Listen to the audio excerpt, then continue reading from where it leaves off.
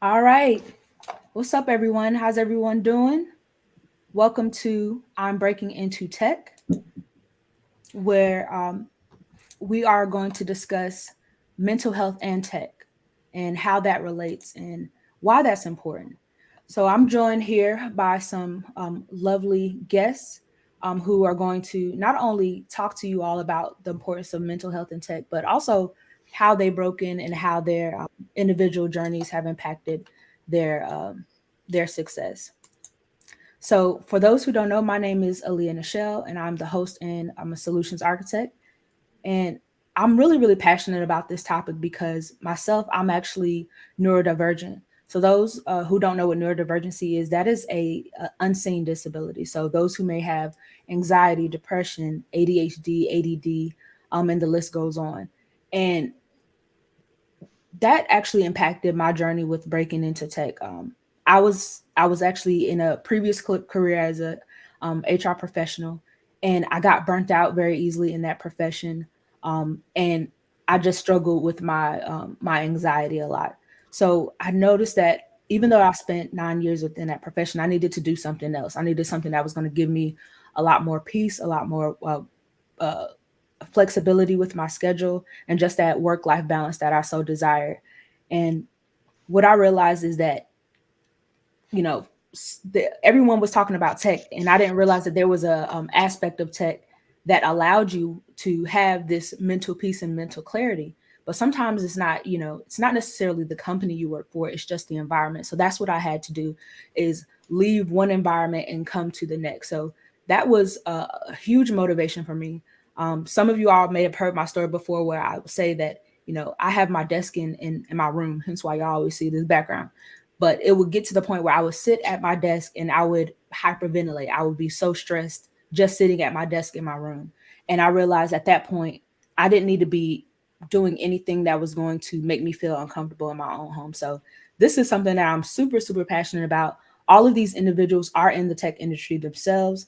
Um, and I can't wait to open up the floor for them. But before we do so, I want everybody to let us know where you all are tuning in from. So I'm actually located here in North Carolina. I grew up in Durham, North Carolina, born in New Jersey. Y'all said I was country last time. That's why, because I was raised in Durham, North Carolina. But let us know where y'all tuning in from, what city, what state, what country. And as y'all are doing that, I'll open up the floor to our guests. And let's start with Malachi, since he has this lovely outfit on. Hey, thank you so much, Leah, for having me on. Hello, everyone who is in watching all of us here on this beautiful Friday. At least I'm hoping it's beautiful wherever you're at. So yes, I am Malachi Horton. You can call me Kai the Squirrel Guy. I am an account executive. Before I get into that, let me tell you the whole thing with Kai the Squirrel Guy. It's not a facade. It's not me trying to do something outside of the norm, but this is literally this is a representation kind of who I am. So if if you notice, squirrels are very sociable, adaptable. They're highly energetic, um, very curiosity driven, and that really embodies who I am as an individual. And I went as far as getting this beautiful squirrel suit, as you all like to call it, but it is literally my fur. So I am, I do take offense when you say it's a suit. It's my fur. Um, and again, I am an account executive. I transitioned about a year ago from um, working for the federal government as a law enforcement officer. All right. So I didn't know that they let squirrels be law enforcement officers, but that's really cool. All right. Let's move on to Chanel. Yeah, thank you so much for having me, Aaliyah. I'm super excited to be here with everyone. I'm Chanel Boyer. I'm located in the DC metropolitan area, so shout out to the DMV. I saw a couple people in Maryland. I saw a couple people in Baltimore, and y'all don't really count for real, but we'll let it slide. Just kidding. Don't come at me in the chat. I'm a senior manager of solution engineering right now, and prior to that, I started my career in accounting and audit. So I went to school thinking I was going to be a CPA, tried to do the big four thing, and that was not for me. I am obviously a Black woman. I identify as neurodivergent, and it was super challenging for me to maintain those kind of expectations and lifestyles. And so a recruiter from the company I work at now slid into my LinkedIn DMs and kind of saved my life a little bit.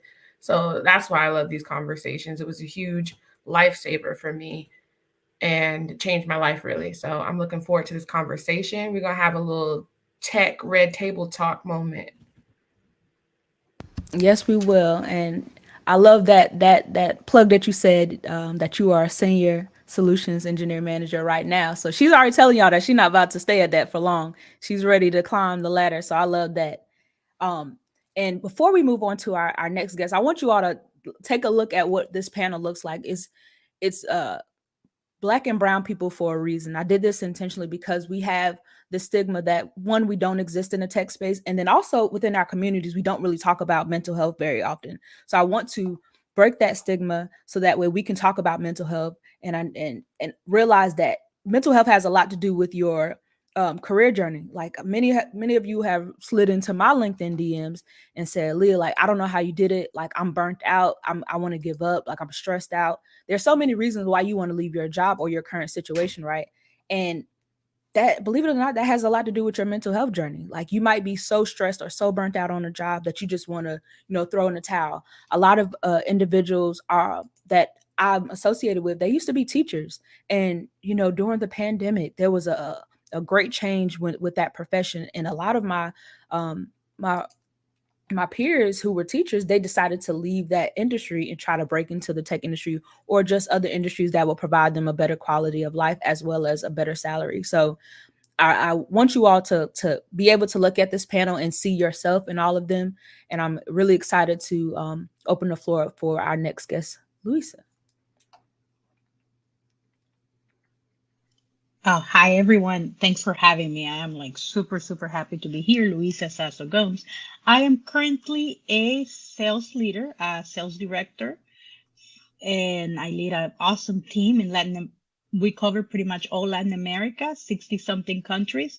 So exciting and challenging. And I mean, I cross over to tech just as many of the other panelists many years ago, but experiencing the same fears and the same questioning myself when I did the crossing over. So super excited to be part of this panel. I'm located in the Bay Area. Excellent, Louisa. I'm super excited to have you here. So thank you for joining. And then last but certainly not least, our last panelist, Melvin. Yes, yeah, I appreciate that. So how's it going, everybody? My name is Melvin Gaddy. I'm currently a licensed therapist in North Carolina. I'm also currently running my own practice called Go Door Therapy, which is primarily centered around just helping Black women mainly navigate life, improve their mental health, maintain their mental health. So that's really what I'm been focusing on now. But I mean, I got into counseling way before I started doing this, really with the focus of just helping people learn how to be better versions of themselves and kind of figuring out their true self and learning how to live that way. So it's a lot of reasons I got into mental health, so I won't go down the whole list at the moment, but I'm definitely excited to be here and see, what everybody has on their mind and, listen to everybody share today. So definitely glad to be here. Thank you so much, Melvin. I'm really excited to have you here, especially because you are a licensed mental health professional. So I didn't think that this would be an appropriate conversation to have without having somebody who does this for a living. And I know you can speak so much to a lot of the things, many of the things that we're going to discuss today. So for those who are just joining, I want you all to drop in the comment section where you're tuning in from, and also like and share this post. I'm gonna be honest, I did a terrible job marketing it this week because I've been busy. I've been really busy with work. So like and share this post so everyone else can join in. This is going to be a really dynamic conversation that we're going to have with actual professionals in the industry, whether they are actually in tech or they're in the mental health industry. And believe it or not, if you all are trying to break into tech, you can also break into tech through, health tech. That's an option as well. And there are also software companies that are in the mental health space as well, that you can break into. So I wanted to discuss again why we're here today, why this is important. Number one, myself and everyone on this panel has a passion or a story that surrounds their mental health journey, and then also how it relates back to their career. Okay, so I want you all to focus in on that as well. But also, this is Mental Health Awareness Month, so this is a perfect time for you all to not only be exposed to our journeys and our stories and how we were able to overcome certain adversities with breaking into the tech industry or working as, you know, people of color trying to scale. You got two directors or two sales leaders on this call right here, an individual who transitioned from one of the most stressful careers, if I may say so myself, being in law enforcement, to working now in the tech industry.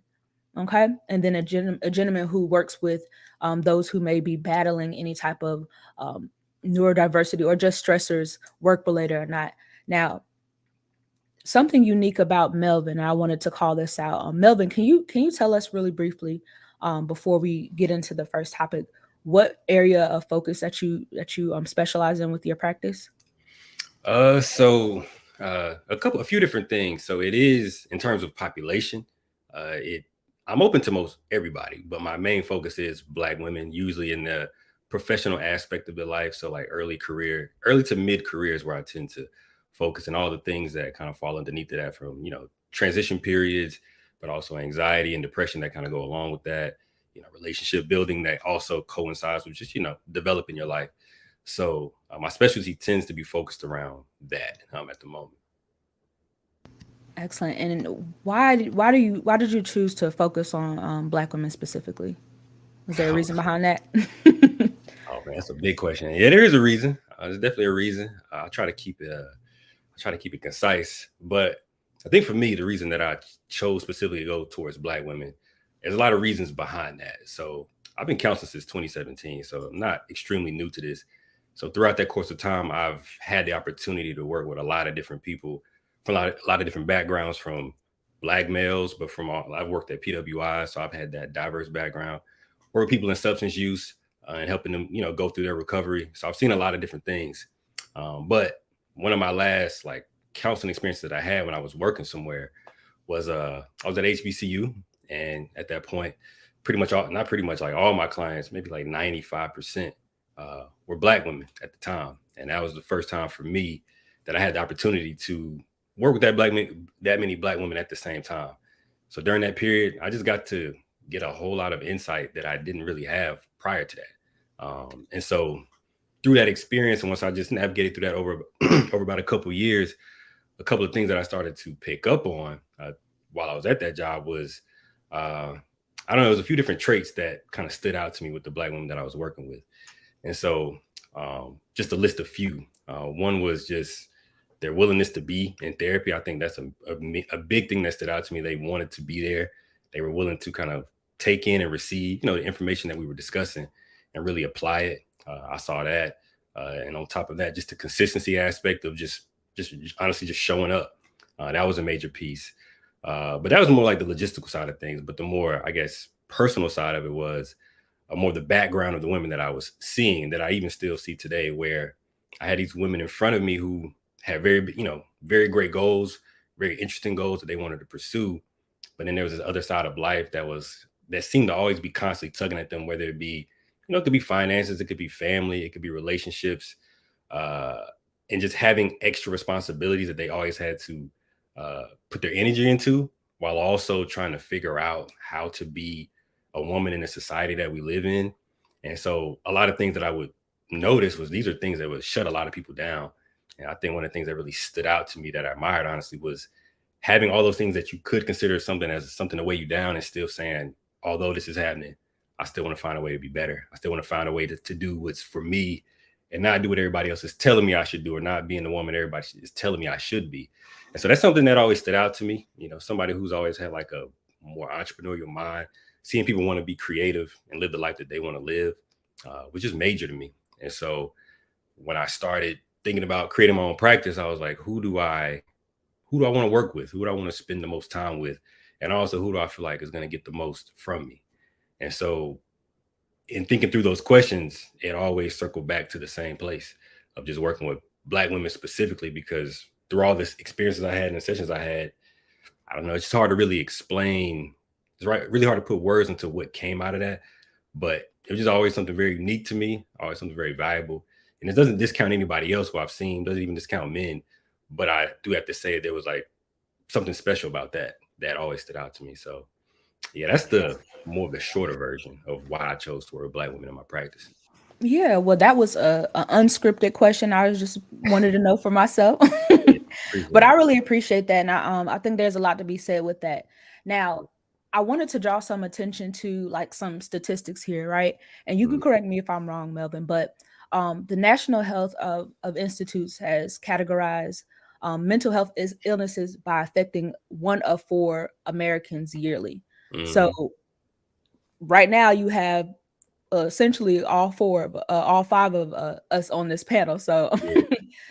and that's something that I really wanted to bring up because again, we don't really talk about it that much. I think Mhm. one, women might be a little bit more vulnerable, which is why I was very excited to bring you and Malachi on, especially with you having that professional experience, and then Mhm. especially with Malachi, your unique positioning from being in a previous career that directly worked with individuals who may have suffered with that, and then also you having your own traumas, so I know that your previous profession as a law enforcement officer down to transition into a completely different lens as an account executive in the software industry, you were able to see those different transitions and like how mental health affected the public as well as how it affected you on the work um within the workplace. So I would love to pivot the conversation a little bit to talk to Malachi, and I really want you to discuss your journey into the tech industry, Malachi, and why this topic specifically resonates with you, and even if you identify as neurodivergent.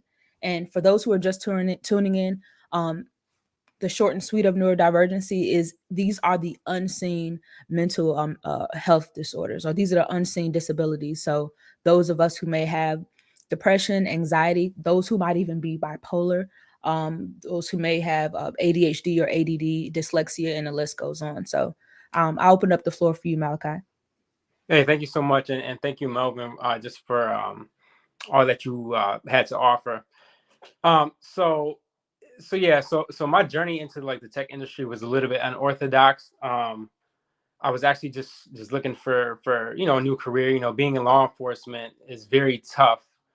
Um, Dealing with all types of personalities and just all types of people in general. Um, I had kind of came to the conclusion like enough is enough. So let me kind of explore some other areas. Fast forward, I ended up going to like a networking event and landed a role, as an account executive. Um, and I just want to say that, like, I feel like this topic really resonates with me, really, just because it shows the importance of um, inclusivity, empathy, support in the workplace. I also think it's important to understand the value um, and the unique strengths and challenges of people with diverse neurological profiles, so we can create a more inclusive and supportive environment. And I think like promoting, mental health education in tech can also just to help, reduce the stigma and make it easier for people who need support to get in. Um, and to answer the next question you asked, if I identify as neurodivergent, I do. So I actually have ADD, um, attention deficit disorder, even though I be hyped all the time. But anyways, and what comes along with that, for those of you who don't know, Aaliyah, you mentioned earlier just having like a level of anxiety, but what comes with my ADD oftentimes is I get very easily frustrated when things really aren't going as I had anticipated they would go. I tend to do a lot of overthinking. I have extreme ups and extreme downs or lows. I'll get really excited about something, and then I'll get really low about something, and then like I said, just that level of anxiety. But yes, I do identify as neurodivergent, and I will say that I feel like it's mostly been beneficial in my journey for the most part. It's definitely allowed me to easily approach people and to build relationships with people, just like that, which, some people do struggle with, like building those relationships off the bat. But, I'll think of a topic or something and then I'll just kind of run with it. Because one thing I noticed too is that we all relate in one way or another. It's just a matter of sifting through and finding that commonality or that common ground that you have with the next individual. It's definitely easy, for me to talk to most people, like I was saying. And then it's also allowed me, being neurodivergent, it's allowed me to really think outside the box. And also, I found that, it allows me to give like 150% into tasks that I feel are really fun or interesting. But on the flip side of all that, the issues have come when people don't really understand my thought process. And, because it's generally outside of the norm. And I've also, faced challenges like grasping certain concepts in the way that they're taught, and fully getting my thoughts out, at times as well. And, occasionally, staying organized as well. Well, I'm glad you said that because everything that you were saying, like I don't have ADD, right? I've expressed that I have anxiety, but a lot of things that you were saying you have issues with, I have issues with, especially like the frustration when you're not able to grasp something as quickly or things don't go in the same or in the order that you want. Those of us who have anxiety, like we or any neurodivergency really, but specifically those of us who have anxiety and ADD and even ADHD, like having some level of structure and organization is super important to us, and having a routine is super important to us because when things don't go a certain way, it can kind of throw off our entire day, our entire week.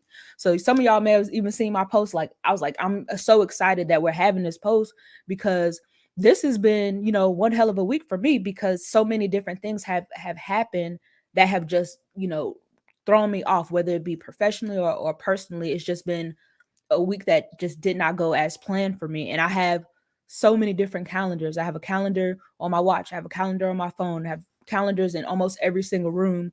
And when things don't go as planned for me, it can really throw me in a rut. So I was really interested to hear about some of the adversities you had, but also some of the things that you said that work really well for you, down to the point where if you find interest in a topic, you can laser focus on that. Yeah, so I love that. And I know that that can be super helpful for you, especially in different working environments where you need to have those moments where your head's down and focused on a task. So I think that's really cool that you said that. Now, with that being said, how does that tie into your personal branding? I know you alluded to this a little bit at the beginning, but how does this tie into your personal branding with the being the squirrel guy? Yeah. So, well, first of all, I'm gonna come right back to that. Yeah, I can definitely say that when I was in law enforcement, I was actually very good at my job, and I worked different roles, like from a street cop to a correctional officer, and then to a federal officer. But it's funny because within that law enforcement, area of law enforcement, there's a lot of structure, and not only that, but it's odd because whenever an incident would happen, I would get like, I swear, like super laser focused, and where a lot of people would panic or like run away, I don't know, I can't even explain it. It was bow, and like I'm there. Anyways, I just had to put that out there. But just as far as like my branding goes, yeah. So again, for one, I love squirrels, and that's not me being funny. Like I was saying, I think they're like some of the coolest animals. I think they're like super cute. And then I also, a lot of people don't know this, but I had like a squirrel friend when I was in from a very short time of Florida. And this little squirrel would come up to me every morning at the bus stop, and I would feed it nuts and fruits for the 10 months I lived in Orlando. But one thing I noticed about squirrels is that they're highly adaptable, they're very sociable, and then they're extremely curiosity driven, extremely high energy. You're always going to see them running around playing chase. They actually socialize quite often with one another, and then they're adaptable. They have to adapt to their environments all the time. And like I said, they're just really cool animals. So I really just felt like they embodied who I am as an individual, and that is how the kind of squirrel guy kind of came about. Awesome. Okay, that's pretty cool. That's very unique. So, with having that neurodiversity, what advice would you have for any other individuals like yourself, who may be struggling to find their place in, their career journey to the tech industry? Did you have any adversities with actually breaking in, or? Yeah, so not so much breaking in, but once I was in, so okay, here's a few words of advice. One thing, if you're comfortable doing it and don't feel obligated to, and if you do decide to let somebody know, don't feel embarrassed. But one thing I would definitely say is bring it to the attention of like your team lead or maybe HR or something. Just if you feel comfortable in doing so. I felt that to be, I found that to be very helpful, and then it can again, I will admit it can be a little bit embarrassing because sometimes you just don't want people to know or think of you in a certain type of way. Another thing I would say is to research ways that can kind of aid in your success. So I know for me, I'm a very visual person, and so with that being said, I would just advise somebody to consider different types of learning methods, like maybe making like a decision tree or some type of chart or something that's gonna help you through your journey, or on client calls or whatever else the case may be. And then another thing I would just say, yeah, just really focus in on your strengths and requests. It just in terms of your weaknesses, this uh, or your challenges, I like to say, just see how your job can help you in those areas. But like I said, as in terms of your strengths, really focusing on those strengths. And yeah, I mean that's what I got. Well, that was helpful, and I appreciate that perspective. But I wanna say something from like an HR perspective. So again, you guys, I spent majority of my professional career in human resources, so I want to speak from that perspective. And then also just breaking into the tech industry in general, and just looking for jobs in general. While it might be embarrassing to talk about your neurodiversity, one, I wouldn't necessarily encourage you to do that at the beginning stages of your interview, right? Like you don't have to really reveal that to the recruiter or anybody at the early stages. But after you have gotten the offer and you're making you're having any discussions around negotiating what you should do, down to not just the compensation but other benefits as well. Um, I think it's very important for you to have that conversation with your potential manager or leader at that offer stage. And the reason why I see Louisa shaking her head, yes, but the reason why that's so important is because think about it. If you have anxiety like myself, ADD like Malachi, and we'll talk about other um, uh, um, abilities or inabilities that a lot of us are experiencing, but if you have any type of neurodiversity, then you will be doing yourself a disadvantage with transitioning into not only a new role, but a completely new field if you do not reveal that to your management team so that they can provide you additional support and they don't feel like you're just a slacker, right? So I'm very transparent about like I have anxiety. Like it is literally a clinically diagnosed thing, and it's so bad to the point where I was initially misdiagnosed to think that I had ADHD because I experienced that, like I'm super critical to myself. Like I'm very like a high achiever, and when I don't get things, I'm really like upset at myself and I just feel like I'm a loser. So it's hard for me to really pat myself on the back when I'm learning something new. And that's a struggle that I'm experiencing literally right now. After I guess what 4 months of being into my role, is still certain things that I have to learn new every single day. Coming from a non-technical role to now being in a position where I have to be more technical, more hands-on. So not being able to celebrate my own wins and that affecting me in so many different areas, or all of those different things that we may experience, that's stuff that I would love my leader to know about. Like how can you help me make this a easy transition? And if I had dyslexia or if I had something else, I would like them to know about that so that they can be aware and they can provide those accommodations. But just not from a personal standpoint, from a legal standpoint. Once you've been with your employer for at least a year, you qualify for something called FMLA. And that is going to allow you to, it is a law that protects you if you have any medical emergencies. And having a mental or emotional disorder is a medical emergency. Even if you want to take it a different step for our ladies, if you are with child and you become pregnant and you run out of your paid time off or sick time, if you file FMLA, then you could leave your job. Maybe it might be unpaid, but you can leave your job for an extended period of time and it does not affect your employment. Same thing if you are experiencing any type of mental or emotional challenges. If you are so burnt out that you might need to take some time away from work past the point that your PTO or sick time off allows you to, the FMLA will protect you in your employment in that regard. But aside from that and being protected as far as your job goes, it also or securing your job, it also protects you and it helps you succeed at your job. So with that being said, I want to transition to Chanel, because I think that you are not only uniquely positioned in your role, but without throwing your age out there, like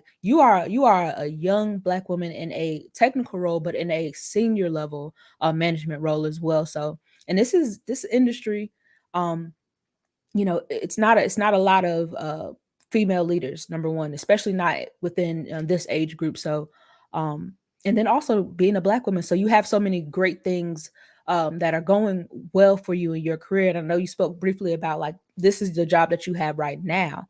So it looks like you have aspirations to continue to grow within your career, which you definitely should. But since you're in this, white male dominated industry and you're passionate about mental health, can you talk to us a little bit more about, like, whether or not you identify as neurodivergent and how that impacted your impacted your tech journey? Absolutely. And I've been loving the conversation thus far. Number one, shout out to you, Melvin, for protecting Black women. Okay.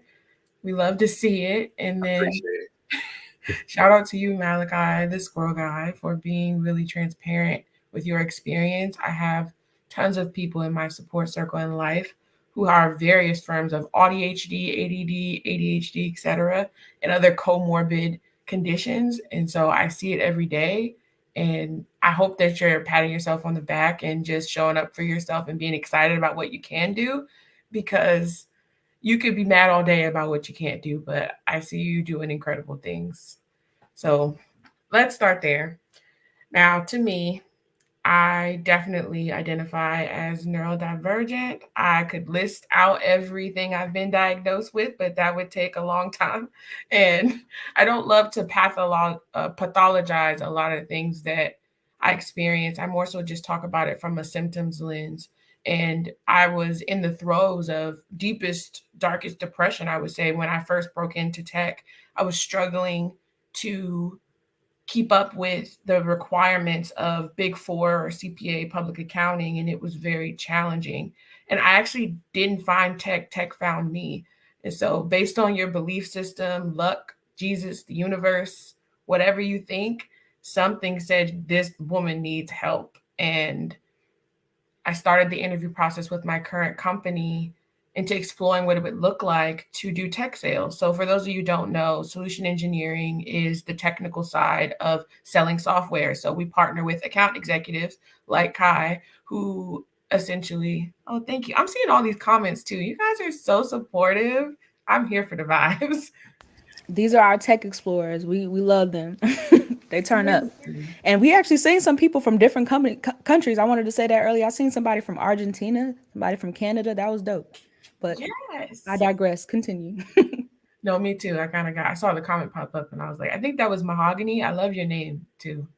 But yes, it was hard and I was starting to underperform, which is not like me. If you know me, I get stuff done. That's my brand.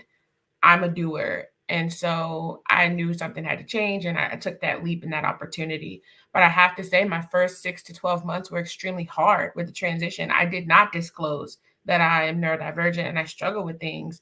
And so I was held to the same expectations as others, right? I had to show up at work and do it. And it required me to wear a really big mask. And I did that for a while, right? And on one hand, you say, oh, masking works. It gets you where you need to be and but it burns you out really bad. So I learned that super quick. And I got to a place where people around me were supportive and I could open up and share. And that allowed me to blossom even further, actually. Right after that, I began promotion after promotion, and I was able to flourish in the things that inspire me at work. I got a lot of advocacy and executive sponsorship from the leadership team at my company in order to continue to propel my career. And to Aaliyah's point, I'm, looking at that next ambitious step for myself, always looking forward. And I really don't allow for the things that I struggle with to hinder me from the things that I can be successful at, because there are so many things that I can be great at. Absolutely, and I love to see it. But speaking of the fact that you did not disclose at the beginning of your career, like what, when did you get to the realization that that was okay to do? Girl, yesterday. No, gosh, it was so much embarrassment around it. I think for anybody on the call who might experience this, sitting in a room with people who don't look like you all the time, it makes you feel a huge burden and pressure to represent yourself and your people well. I'm the only Black woman in this chair. If I want another Black woman in this chair, I have to be a billion times better than everyone sitting around me, right? It's work twice as hard for half as much, right? And so I constantly carried that weight with me to work of I need to succeed, not just for myself, but so that others can also be with me in this room. And I realized I just couldn't do that. I started a self-healing journey and awareness and all the boundaries and people pleasing. Oh, thank you, Shout Kevin. out to Kevin. Thank you, Kevin. Agree, Kevin. And I realized that I can't carry that weight. I can just be the best me that I can be, and that's enough. And so it was a mental shift for me in my personal life that allowed me to speak my truth and be more authentic in the workplace. Man, I love that. So, for those who don't know, um, Chanel, she works at, we work at the same company. And I think even before I even broke into the industry or even accepted an offer at this company, I might have connected with you because I always look for people, to some extent, I look for people who have similar backgrounds as me. And then there's another aspect where I just want to see another woman that looks like me or that is close to, has some type of experience with me, some type of, that they're going along the same path, or they might just be a minority. So you said something that really stood out to me, and I'm sure Louisa, you probably can agree to this as well. Sometimes you feel like you always have to be that token, that perfect one, because you are a woman of color and you're in the industry where it is not only male dominated, but it's white male dominated. And being the first, or coming from a background where you're not traditionally technical, to getting into this role where you're surrounded by those who are, and always challenging your intelligence, and is she supposed to be here, that can be, that can contribute a lot to your stressors, on top of you having whatever other emotional disorders or illnesses that you may have that go unseen. And again, that's why I wanted to talk about this conversation, because this is not something that we talk about in our community, and I'm so passionate about it. Like, there's the one aspect of what I've experienced personally, right?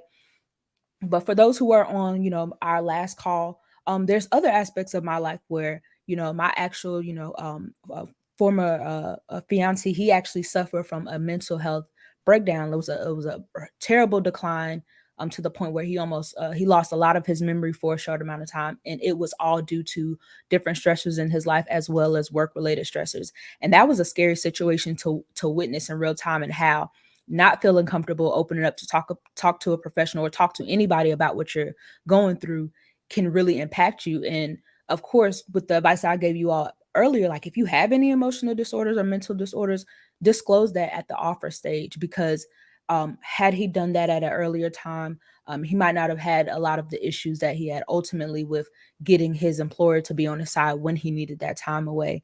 And even for my mother, she suffered from a brain aneurysm which is a broken blood vessel in your brain, and it usually comes from high levels of stress.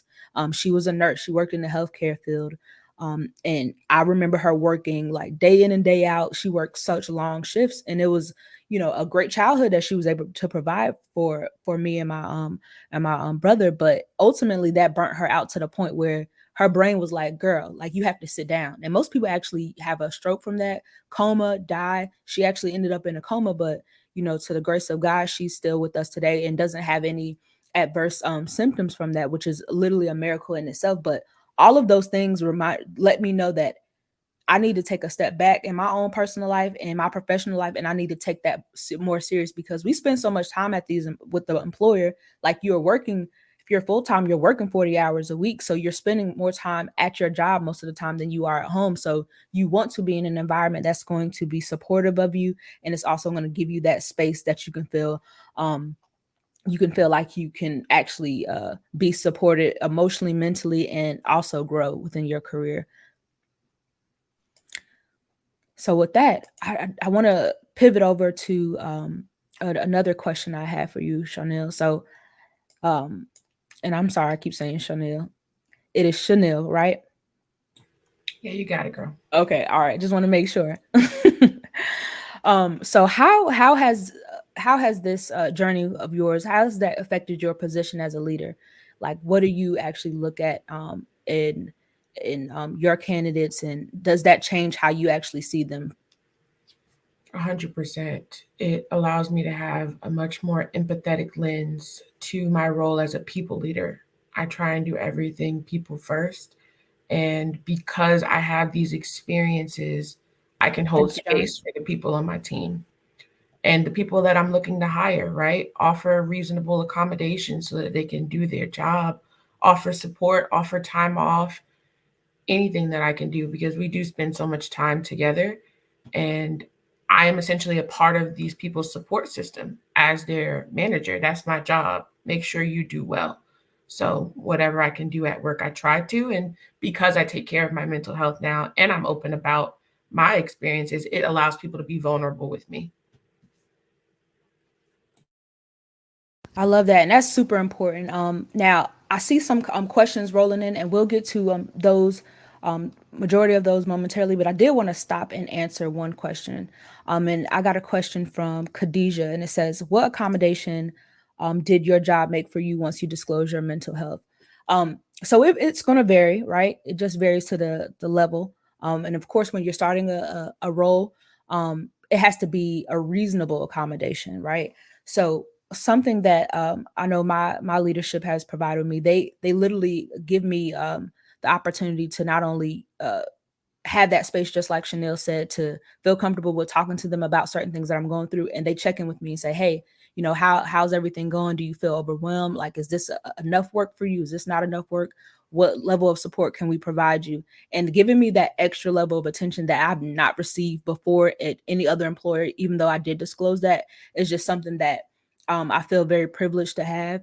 And also just making sure that I feel supported with the resources that I'm given. So that way that I'm not always waiting like to the last minute to receive information. Though some things within tech, you gotta move with the tide. Like, things are gonna change.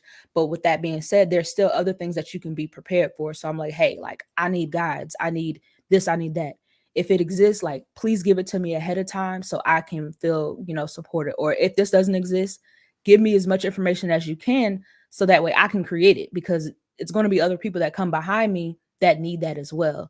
So that is really, really important to, and this is also why I told you all, like, I did receive 5 offers in the tech industry, from a sales engineer to a sales development representative, solutions engineer, and ultimately the role I accepted now is a solutions architect. But one of the big reasons why I chose the company that I chose, and it was actually down to 2 out of those two companies. They had a lot of great things about them, and both of them seemed very accommodating, and I felt very comfortable with them, which is super important. As well as for those of us who have anxiety, we're also very naturally skeptical people. That's just something that happens. We don't fool with a lot of people, and we don't trust a lot of people, but it has a lot to do with that emotional disorder as well. But again, they made me feel heard. Like, it was like, okay, well, this is what we can do for you, and this is okay, this is what we aren't able to do for you, so how can you meet us halfway? So they're not going to be able to do everything to accommodate you, and that's why the aspect of reasonable accommodation is very important for you to highlight.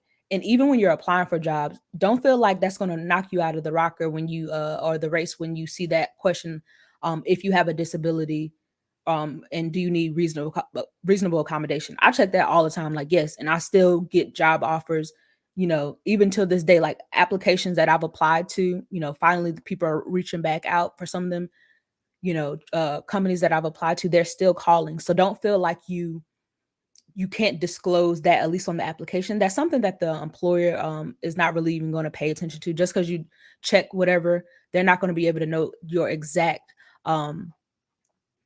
they're not going to know your exact neurodivergence or any other limitations you may have, but it's still important for you to document that early in your journey.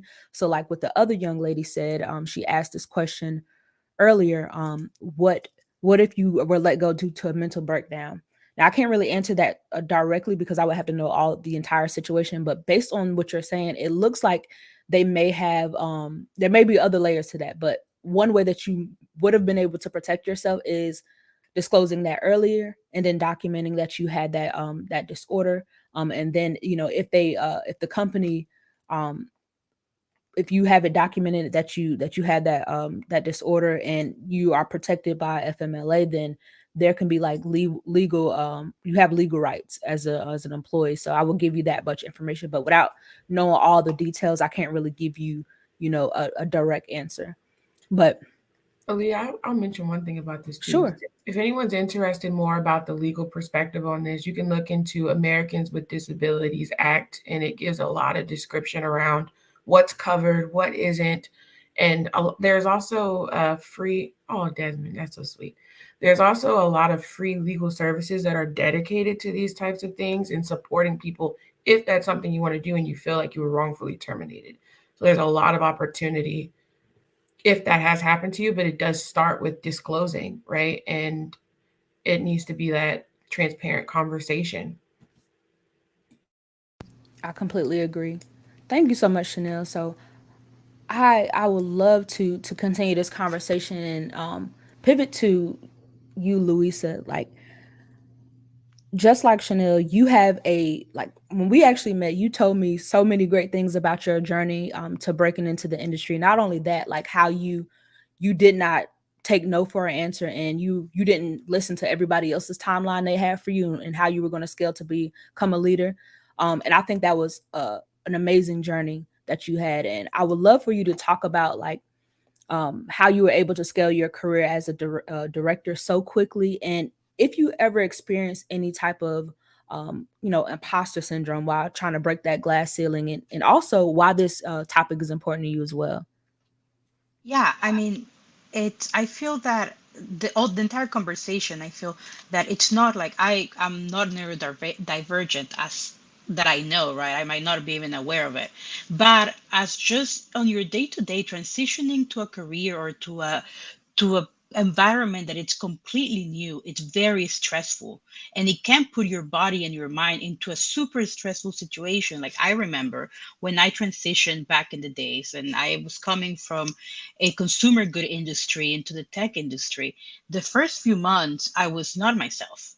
I actually got sick. I started having migraines. I started having anxiety because I had that feeling that as a woman of color, breaking into sales with a majority of male and the majority of white male, I was completely out of place, right? At my previous job, I had achieved a comfort zone that was already a manager. And now I was starting from scratch at the very, very bottom. But sometimes you have to take a couple of steps back in order to move forward. And it did pay off. Once you do the work, once you realize that you're doing this for your own growth, and to pay the path and open the path for others is a plus, but it's not it. that this is for you, that this is for your growth, and you got to do it at your own time, and that you decide how fast you go and how far you go. That the people make a lot of noise, but you can focus on that, right? As long as you're learning, as long as you are doing your 100%, and as long as you set your boundaries. And I wish I would have learned that earlier in my life, right? Because we always hear this, oh, it's a work and life balance. And I hate to break this to my team, but that it's not real. We work 80% of the time. So there is no work and life balance. We work more than we actually have time to do anything else. So we need to set the boundaries for our mental health, for our rest, for us to have quality time with others. And we need to set that from the get-go as you transition, because sometimes we transition with the mentality of, I'm gonna go so hard, I'm gonna do it fast this first year, this 2 years, and then I'm gonna find balance. Oh, I'm just got to prove that I can kill my number when you're in sales this first year, and then get the promotion, and then I'm gonna have balance. And and then it's like, well, really, like, did you get to the balance? Like, no, because you just keep putting those next steps for you and keep pushing yourself, and you're trying to prove not just you, but trying to prove the rest of the people that you deserve to be in that chair. And that's where the imposter syndrome comes in, right? Once you transition, you have all this pressure, you're already burnt out, you have this mental instability, and you keep growing. Of course, you keep growing. Hard work pays off, not just hard work, but you have to advocate for yourself. And since this is something that we're talking about, opening careers, don't just work hard, advocate, make noise. You gotta tune your own horn. That's something that us as people of color, as a women of color, me as a minority, I was taught that you are humble, that you don't make noise. No, if you work hard, you gotta go and make noise. You gotta go and Come on now. preach. Yes, because nobody's gonna do it for you. You gotta do it. And so once you get to that level, and it just happened to me 9 months ago when I transitioned to director, everything happened so fast that I was like, oh my God, I don't deserve to be here. Like, how am I gonna do it? Like, maybe I don't have the skills. Maybe it was just luck. Maybe I was just at the right time, like at the right company.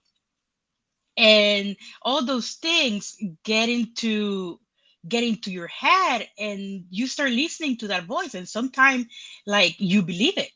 You do believe that. You get into this mode like, oh my God, this is true. And then you find people, like, you try to find the comfort that you should find within yourself from others, right? I remember going to my husband and be like, hey, like, I don't think, like, I don't think I'm ready. I think it's not, I'm gonna fail. Like, this is too much. And he'll be like, you're gonna be fine. You're there because you deserve it. And then again, once you start doing the job, once you start doing the day to day, you realize that you do have the skill. Once you start sitting in those meetings, you realize why you're there. And once you close, for me, once I closed my first quarter and the team blew it off the park, I was like, oh wow, like, I can truly do this. Like, I can truly do this. Am I still working on it? Yes. There's days that I wake up and I'm like, oh my God, I'm truly overwhelmed. And there's days, like, where and not days, and my hardest thing is still getting compliments. I still have a really hard time getting compliments. I get compliments from my team, like, oh my God, you're such a champion. Oh my God, you do this without sweating it. And then it's hard for me to say thank you. I always say, oh, it's because you guys do the job. It's all because this or that, right? But it's hard for me to take a compliment. And it's hard for me to stop and say, okay, I'm going to enjoy being a director. I'm always thinking, what am I going to do next? And I'm always thinking, like, how am I going to help others to get to where I'm at? Because now, as a director, I am in the ability to do so, right? It's the same thing as a senior manager. We are in the ability to hire more people like us. So the chairs are full of people like us, and we are not singled out at those meetings. And that it's like kind of like so important. And I think that's been part of my journey. Do I still experience imposter syndrome? Yes. When I go to QVRs with the C levels like 3 weeks ago, that I was with the CEO and the CFO of my company. Yes. Do I feel it's surreal? I do, as the only Latina woman in that room, and probably one of the 5, 6 women in the entire room. I do. I still feel it, and I still feel like, is this me? Is this the life that I'm supposed to be living? And I remind myself, yes, I have worked hard so many years, and I have given up in so many other things at many points. And we do deserve it. Like, we do deserve what comes to us in many ways. I completely agree. You said so many things. Like, I wanted to get off the mic, but I didn't want to be rude, right? But you said so many things that I think resonated not only with me, but I seen the comments rolling in, and it resonated with the audience and our viewers as well. So if you guys have been following this conversation up until this point, and you really are feeling that imposter syndrome, you're feeling like you have to be the token, you're feeling like, you can't disclose certain things about yourself, you're feeling like you're dealing with so many different adversities while trying to break into this industry. And if you're already in the industry and you're still feeling that way, I want you to type in the chat the hashtag sign, the pound sign, whatever, I belong. Do that for me. I belong, because I want you all to realize this. And this is me talking to myself as well, because I have not had a easy transition in working in this environment. I will be 100% honest about that, because as I've shared earlier, it's just, just like you said, Louisa, like when you're doing good things and people give compliments, I'll be like, cat, like, y'all, I'm not really doing a good job. Like, y'all just trying to be nice because I'm like one or two black girls on this team. But sometimes I do a good job. But I'm like, they're trying to gas me up, and I see the I belongs, keep putting them in, pound I belong, or hashtag. Y'all called me old last time I said pound, but that makes more sense to me. Like, I grew up with the It's a pound. little old. The pound sign. But okay, so first of all, she's younger than me, so that's fair, right? We're gonna say that the pound sign, it's easier to say, and I got braces, so that's just easier. I mean, for you're a me. you're a youngster, so I don't think that's all. So Oh my dang! Like, I feel like pound is it makes more sense. But either way, I belong, right? Because I want you all to realize that, regardless of you trying to break into the industry, regardless of you trying to, you know, uh, make sure that you still are in the right space, you need to have that confidence within yourself, right? Luisa didn't get to where she's at because she's not good at her role. She's actually good at it. It's not that she's a token, she's really good at it, you know and same thing for Chanel, same thing for Kai, same thing for myself, and even Melvin. He just said he has his own practice. Like, y'all don't realize he dropped that bar in there. He has his own practice. He's a licensed mental health professional, licensed therapist, but he has his own practice. And I think that is something that we all should kind of lean into, to see that there are so many people that look like us that are successful. And we all had to overcome imposter syndrome. A lot of us probably didn't even feel like we needed to, people understood why we were trying to transition into this journey. Louisa said that she had to go to her husband, who I know very well, and you all know as well. And I think he's awesome. Just to get that motivation for him to be like, no, like, you truly do belong here, regardless of who you're sitting beside. You're sitting beside them, more so they're sitting beside you. Like, I'm important as well. Like, they should feel honored to be in your presence just as much as you should feel honored to be in theirs. And I don't feel like we have to, not only we don't have to diminish our value. We don't have to feel like we can't, big up ourselves. That's something that minorities, we experience all the time. Like, we grew up especially women telling us that we have to be humble. It's okay for a man to be like, prideful or boisterous in that sense. But as a woman, we can't be that way. And especially as a minority woman, it's like we're arrogant, or she has the attitude, or she's big headed, etc. And it's not even that case. It's just you knowing that not only do you belong, but you have something to contribute. And I think that is the biggest takeaway that I want you all to have. No matter if you are coming from a completely different industry, making a career change, or you just broke into the industry not too long ago, like myself, you do belong there. And there's a reason why you were chose from the beginning. Yeah, and I don't want to take too much time from you, but there is one more point that I wanted to No, make, go ahead. which is about disclosure, right? As a leader, I think us new leaders or modern leaders, we should lead with empathy. Because I have found many leaders in the past who were from the old school that they had no empathy. But us, or new generation, we should lead with empathy because we're facing a workforce that have their feelings on their sleeve. They wear their feelings on the sleeve, and it's okay. And when you disclose this to your manager, when you disclose, hey, this is the way I work, or this is a challenge, or this is what makes me different, that first opens the door to see, like, hey, are we a good fit? Is this the way your manager reacts or your future manager reacts? Will give you a hint if this is a good marriage, right? If this will be a good fit for you, and also if you will be a good fit for them. Some people have a harder time, and I don't like to be like, oh yeah, everybody's accepting. No, some people have a harder time accommodating, and it's better to disclose and be at that point of like, hey, this is what I bring, this is how, like, the kind of support I expect to you as a manager.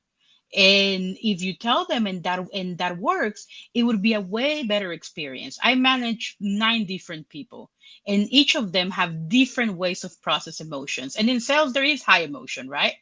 And some of them yell, some of them cry, some of them need to talk for hours. And and the fact that I'm able to switch and accommodate to their personalities. But I have had managers in the past that when I was sick, they would be like, well, we don't care. You have to leave your fears about being sick at the door, because here we only care about the number. And that was a bad fit for me. And I left a great company, but the manager was a bad fit for me. That's the thing. That's the thing. And I want to put a pin in that really quick, because you're talking about being in the industry as well, which definitely definitely something that we need to focus in on. But to just to make sure that this potential manager, this potential boss might be a good fit for you, when you're in the industry, like you realize that when you were already working for the company. But I always challenge people to figure that out ahead of time. Ask those questions to kind of like um, uh, allude to the fact that you might have some concerns about like your work life balance, like so. And then also you might have some concerns about like how they treat mental health, or you may be uh, planning to start a family one day. How does your team, or how do they balance the workload on the team? Like what does the schedules look like, and how big is the team? What is the team structure? That's something I always ask in my interviews. Like, what is the team structure? Who would I be reporting to? Who would be in direct support for me, et cetera, et cetera. And that's why, like, with some of the offers that I got, I didn't take them, because it would be me and maybe 2 other people, but I'll be having multiple different accounts that I'll be responsible for, and then we might only have 1 or 2 different account executives. And I was like, that's not going to help me. Like, that's going to be a recipe for disaster for me specifically. Now, some people will like that, but even down to you know what type of benefits do you offer? That's a very broad way to ask. And you can ask a recruiter that. Like, obviously, there's some benefits that they talk about on the website, but the recruiter can give you a deeper insight about the different benefits that they offer. And it wasn't until I heard, oh, we have mental health days, or wellness days, if you will. We have free mental health benefits. We have all this other stuff. I was like, sign me up. That's it. That's for me, because that's what was important to me. And then when I was on the interview stage, something that my now director said in the interview process, um when I asked her why she stayed at the company as long as she did, like what did she like most about the company, she said that the company provide her a sense of mental and emotional security. Now, this is coming from another woman, but a white woman, right? And I've never heard anybody say that so candidly. And that was important to me, because that was one of the main reasons why I left my former career, not just the employer, but the actual careers, because I felt like I could not be vulnerable. I felt like I could not be myself. So I think that you all not only should think about this from a perspective of actually being in the tech industry, but also think about it from this perspective of trying to figure out where you want to go and asking those deeper questions without disclosing. Those are the ways that you can ask questions ahead of time without disclosing your emotional or mental disorders or any challenges that you may have, even down to this platform here. My employer, they're very aware. a lot of people from my job, including Chanel, they are very aware that I have this platform, but some employers don't like that, because this is social media. So they don't want you to do all that stuff. So I'm like, this existed before I applied or selected the job here. So is this going to be a problem? Is this going to bother you? Do you feel like it's going to take away from the role? Some was like, oh no, but you could see like nobody else is posting. And ultimately that might become an issue later on. But then you have other people who are very active, or teams who are very transparent, like, oh no, this is really cool. We love what you're doing. You're welcome to be yourself. So things like that, you just want to be candid and ask questions in a very uh, well thought out way. So that way you're not necessarily disclosing too much information at the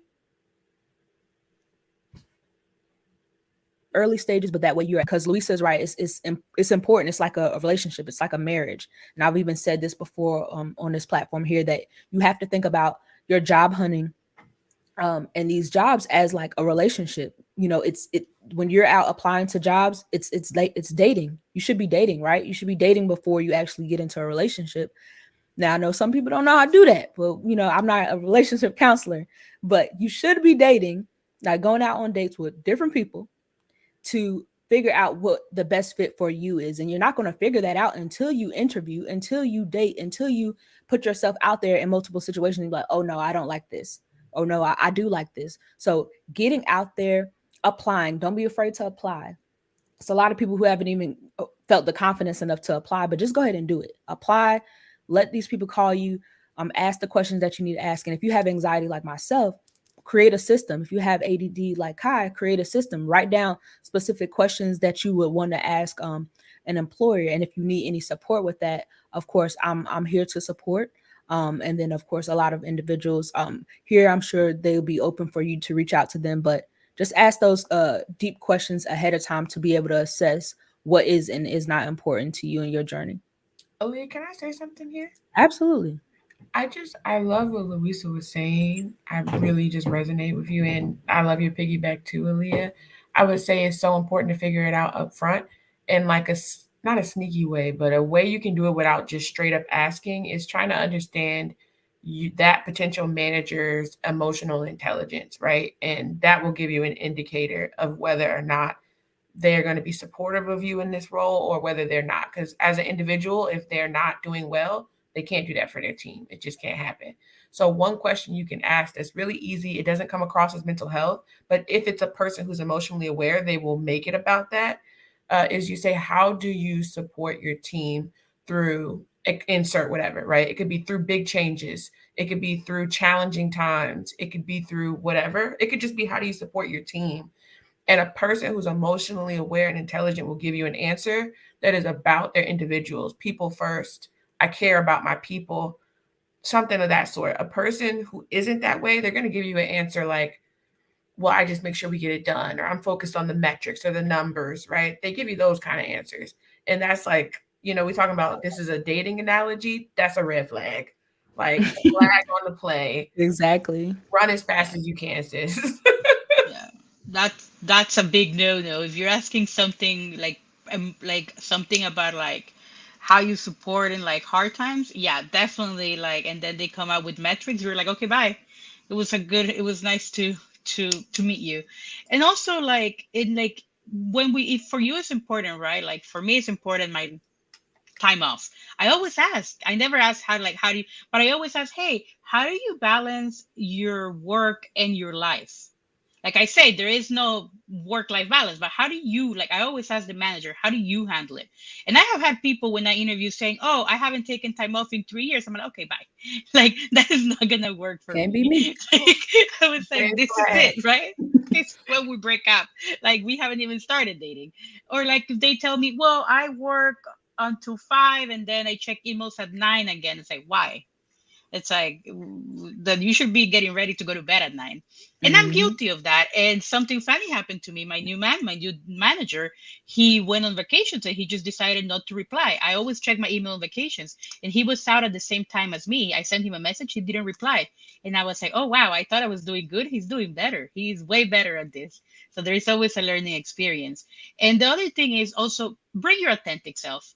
I know we all want to bring our best persona to the interviews, but at the end, that is only going to last every a few weeks, a couple months, right? Bring your authentic self, because that is the person that will be at the office or at the meetings and doing the day to day. I'm not saying bring, the person that you are with with your friends and your family, but Right. your authentic work persona. Like bring your authentic work persona, because that is you. The rest is fluff. And that is the best advice in this hiring work environment of the situations that are going on. And yeah. I definitely agree with that. So, plus one to everything Chanel and Louisa said. I also want to say something else before I ask you another question, Louisa. Just to the general audience, I want you all to not only think about being your authentic self with the hiring manager if and when you get to that stage, but also try to build those relationships at the very beginning with the recruiter as well, because they're going to be the liaison and the bridge between you and that manager, and they're going to let the manager know, like, hey, this guy or this girl, like, this is their attitude, they were really rude to me, or this person was really cool, we had a conversation. With my recruiter at the two companies that I was the two top companies I was choosing between, like, I still reach out to that recruiter at the other company a lot now. Like, we still have conversations. He was one of the first people that I told that I accepted the role at the other company, but I was like, I really greatly wish I could bring you with me to this other company because you're great. And that was very important for me because I came from that profession. So I am super judgmental. Like, I was like, this recruiter they just want to check. And I really don't want to be bothered with them at the end of the day. Because if y'all, this is the first example of like the first representation of the company, that's important to me. So if I'm thinking about that from applicant's lens, imagine what that the recruiter or is going to tell the hiring manager, like, she or he was already trying to brush me off. They felt like they were talking to me like I wasn't important, and they're going to directly relate that to, if we're talking about sales, they're going to directly relate that to how you interact with the customer or the client. So start at the very beginning. Make sure you're building those authentic relationships at the very beginning. Make sure you're showing that respect, and then also showing up as your best self. Even down to our young ladies, don't feel like you got to change your hairstyle.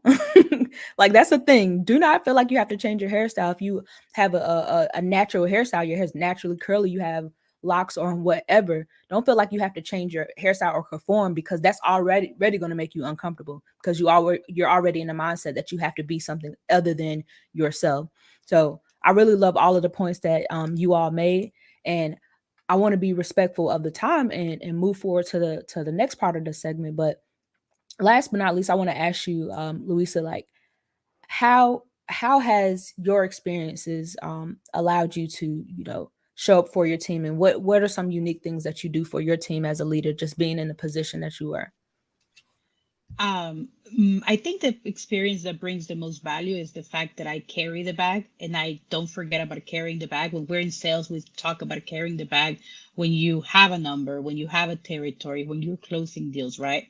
And I never forget that. I never forget the feeling. And I try to stay truthful of how hard it is to deal with a customer, and how hard it is to do the day to day, and how sometimes Lady Luck gives you a bad territory. And I keep that in mind, and I try not to feel like way above, and like see it from when from where I try not to see it from where I'm sitting. I try to see it from where I used to be, and how I feel from when I Love that. used to be. And I think that helps a lot. And as I say, it's having empathy and knowing that not everything works with everyone.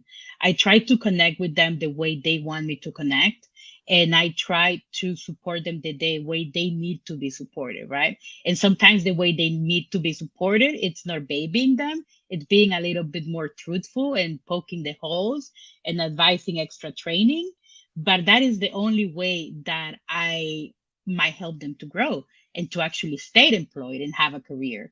So it's also like having that balance between acknowledging their feelings, but also pushing them to do a little bit better, to do a little bit more. It's finding a balance, and it's a tough one, right? Because I mean, I deal with people from all over, like different countries, different nationalities, different personalities. So it makes a nice blend. And I'm proud to say that I have a half and half team, have women, have men, which is hard to find in sales.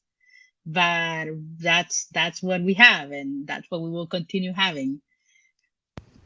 I love that. Thank you so much. So, thank you to all of the panelists so far. This has been a really great topic. I've been excited to have this conversation for a very long time.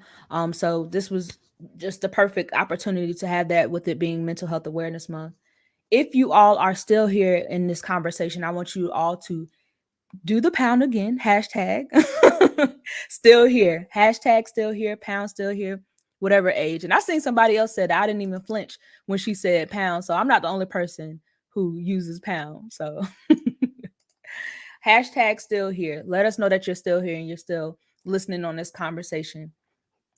And I want to actually transition to Melvin again. I know you're not in the tech industry, but you are uniquely positioned with this specific topic, and I want to know, one, with us, all of us being minorities, like why do you feel like this is such a taboo topic in our community? Like whether you're black, brown, doesn't make a difference. Like why is this so taboo? That's a great question. I think that's also like a multi-layered question too. Um, I think it stems from a lot of primarily like cultural aspects of what it means to be like a minority person in this world. All of the things that if you look back at our families, our history, all of the traits and the aspects that were needed to, be able to survive. There was a period of time where there wasn't really a lot of quote unquote time to feel things. You kind of just had to do what you had to do to make sure you kept going, make sure your family was taken care of, make sure you were taken care of, make sure you were safe. And so you have that was kind of embedded for years and years and years. And so then, you kind of fast forward to where we are now, where things have, every generation, things open up a little bit more, but we still kind of carry things from those past generations. And so, this idea of, you not being quote unquote all put together, it comes off as a weakness. Although it's not, it appears that if you can't handle it, then something's wrong with you. Or this needs to be done, and you're trying to give me this reason why you can't. Well, we don't have time tonight to have those can'ts in the situation because things need to happen. And so I think over time, this stigma has been created of, you have to be able to have it together. And on top of that, general distrust of the outside world as a minority, and there's reasons for that. There's definitely valid reasons for not trusting some of the like other outlets because we don't know what they're going to give to us because there's been a history of us not being treated in the ways we always needed to be.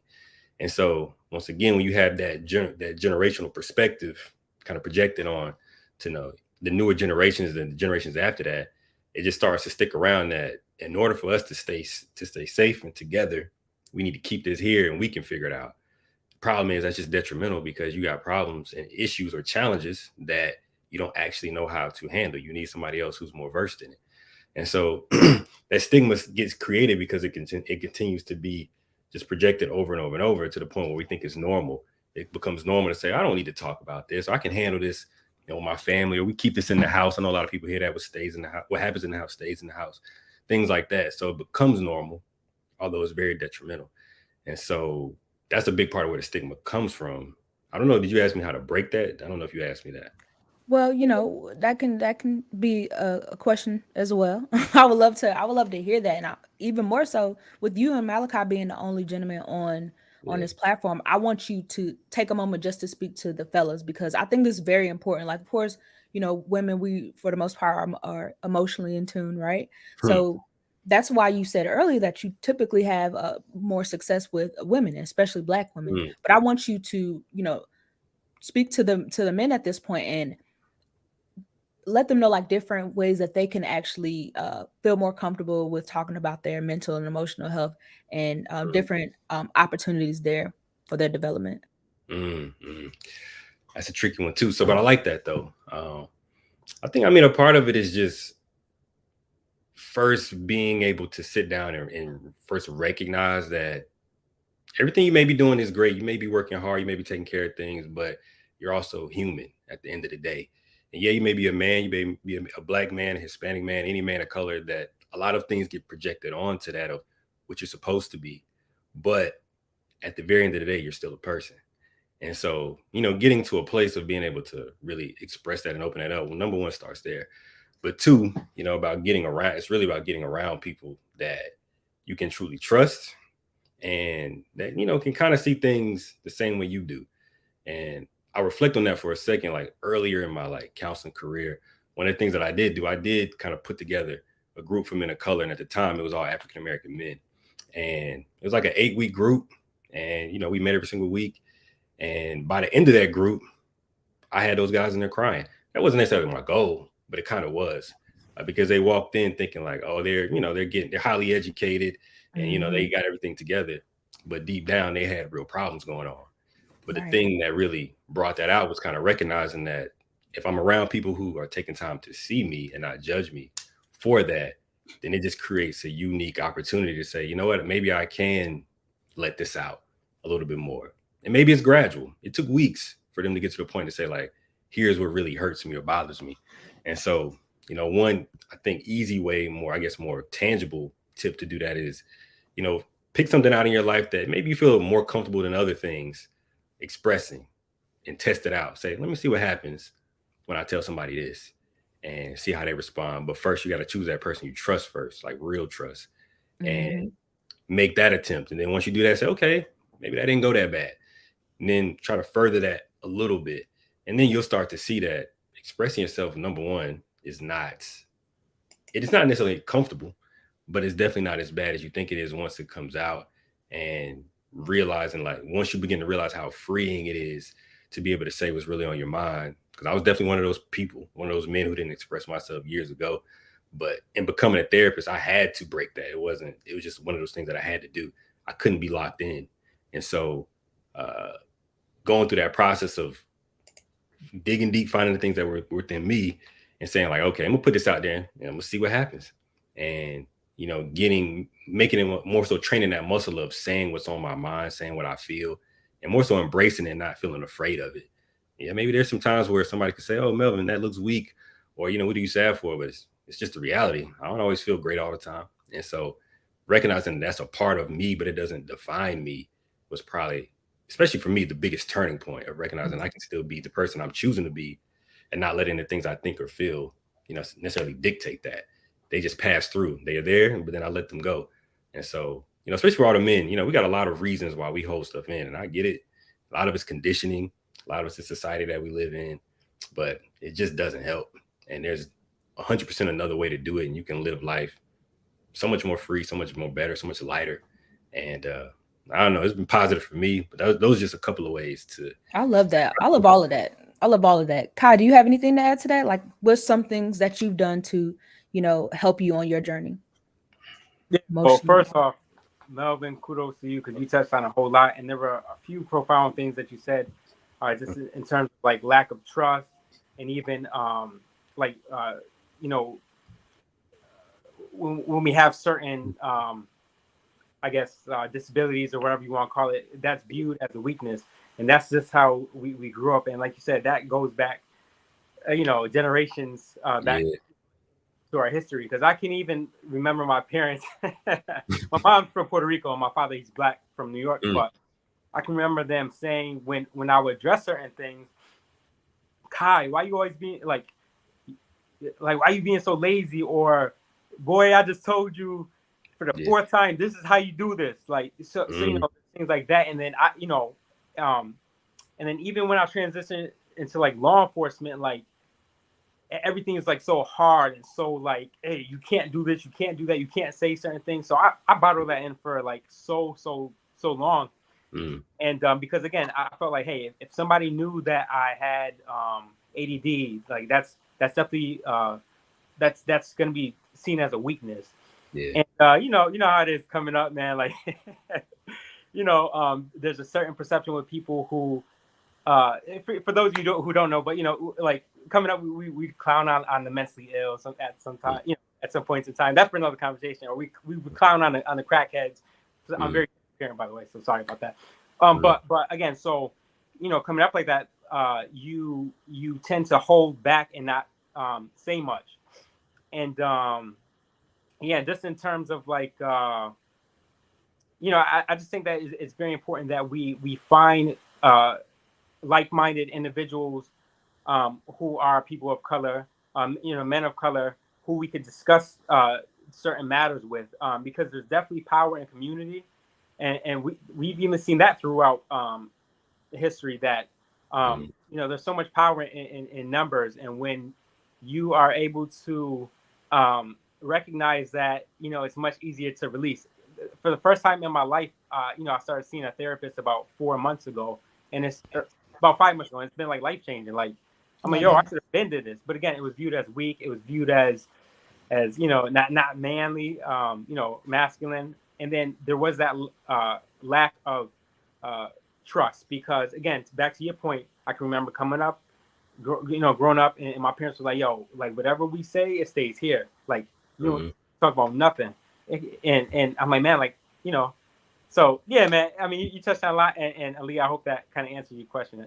So yeah, that was perfect, Malachi, and I appreciate hearing that. And just shout out to you for going to therapy. Like, that's something that I'm a huge advocate for, because again, we do not talk about the adversities that we go through. We always feel like we have to bottle them up, male or female, especially in our community. And I want you all to know that it is okay for you to be vulnerable, men especially, but even our females, like especially our women of color. Like, we always feel like we have to be the strong or the backbone of the house. We have to carry all of the weight. We're trying to be the wife. We're trying to be the mother. We're trying to be the sister. We're trying to be the teacher. We're trying to be the chef. And then we also are working and trying to provide a living. But sometimes we forget to take care of ourselves. We forget to do the things for ourselves. We forget to do things that Aaliyah likes. We forget to do the things that Louisa likes, Chanel. And it's not until you get to the point where you like, dang, my life has flashed, before my eyes, and look at all of the people that I've helped, and they're reaching these heights. But here I am stuck in this place because, I have not prioritized myself. I've not prioritized my mental health. So I want you all to take that from this conversation. Your mental health is important. You're important. You belong here. This journey to breaking into the industry, that's a hard journey. It's a very hard journey. Like, there's a whole mental health practice, that is designated, where professionals specialize in people who have career traumas or with career transitions and things of that nature.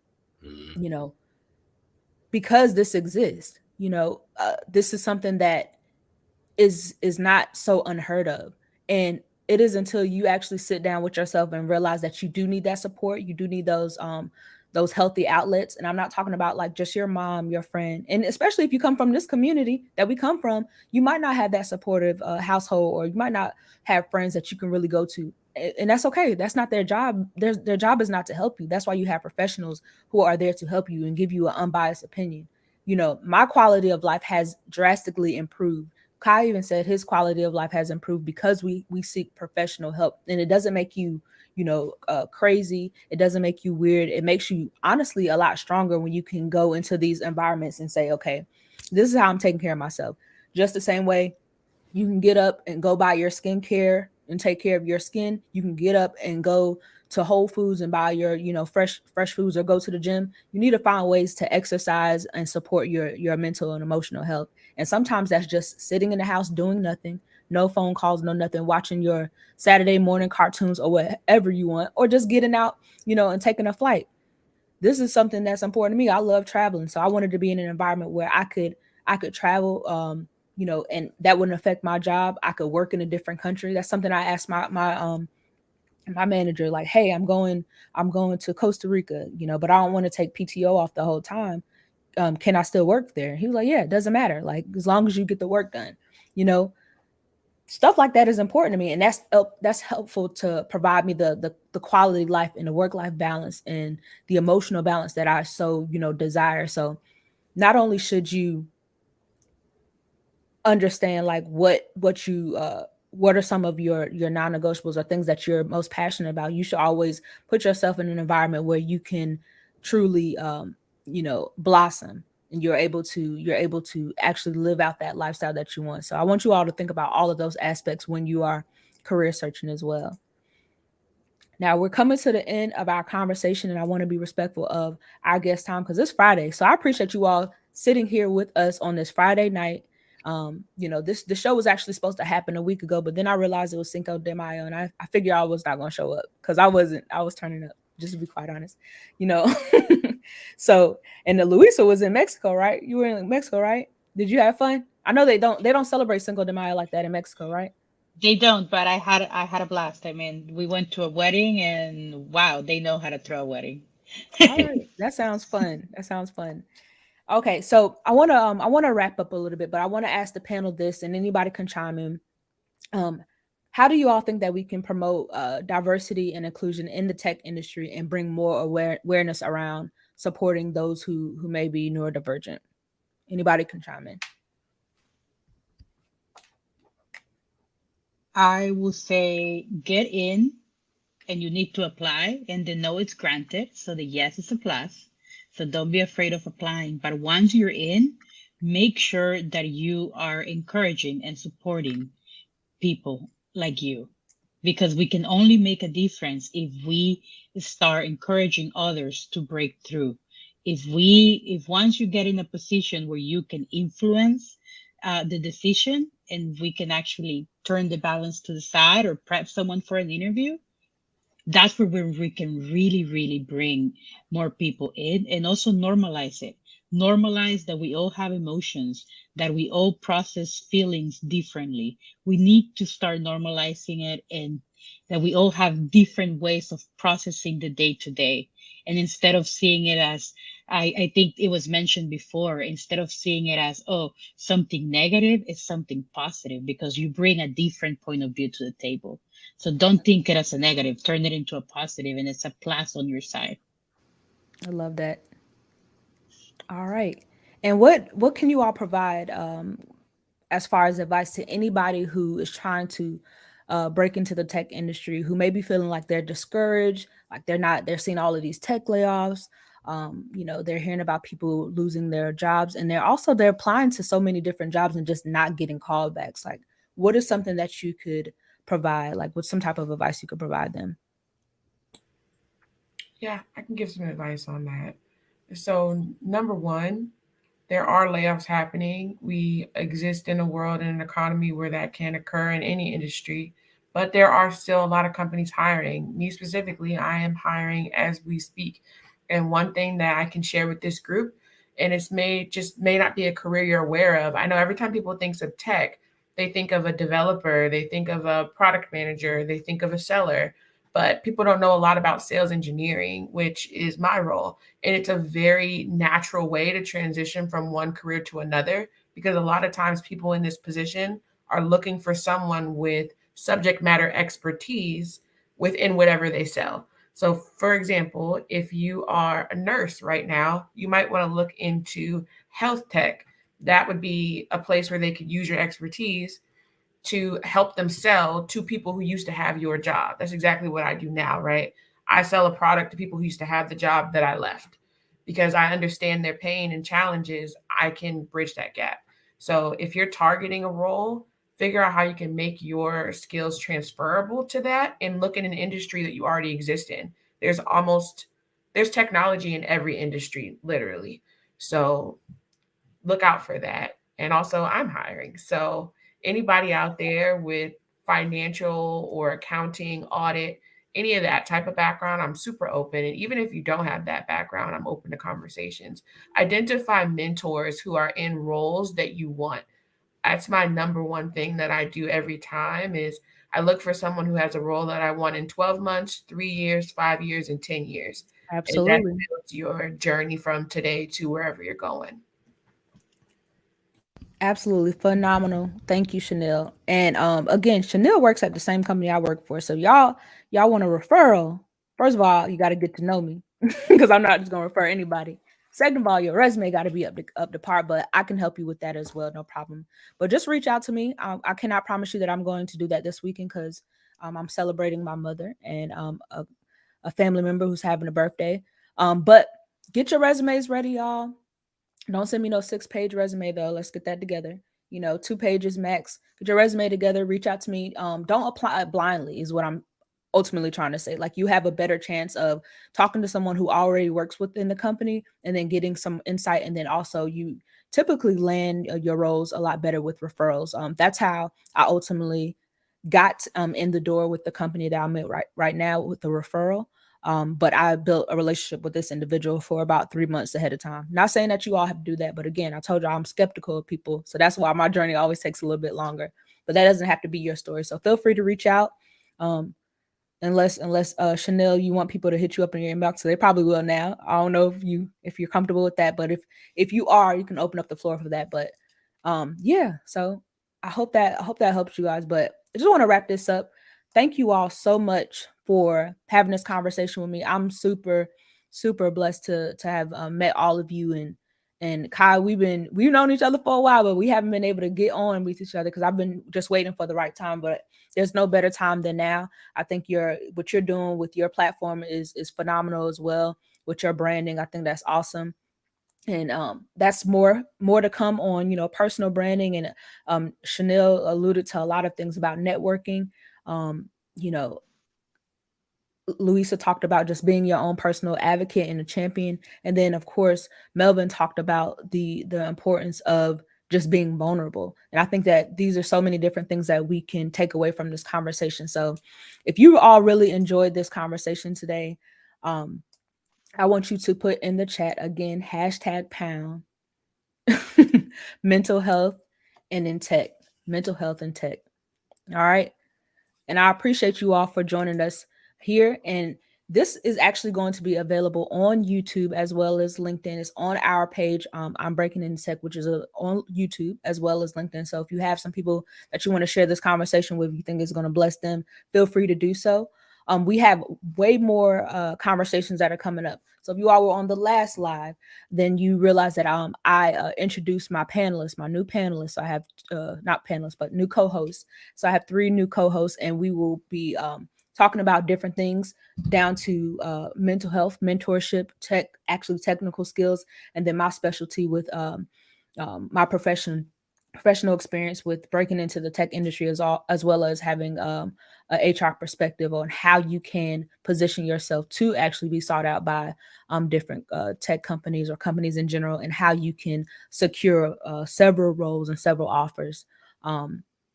So I'm super excited about that. That series is going to start in July. We have a lot of things that we're working towards in the month of June. So please stay tuned there. If you all were interested in working with me at any point, there's going to be opportunity for that as well. Because now I feel like I have a lot more time to do that.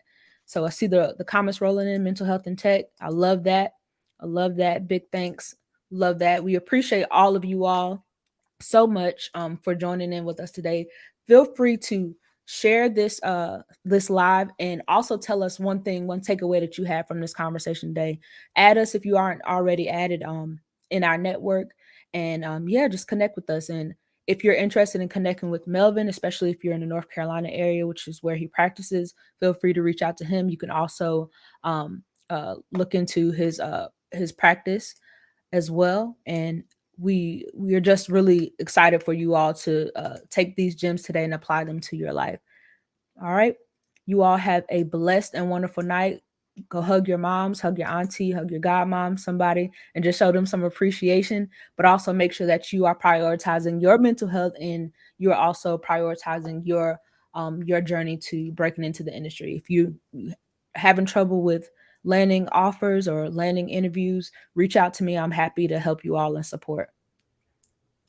All right. You all have a great night. Take care. Thank you so much, Aaliyah. Really appreciate it.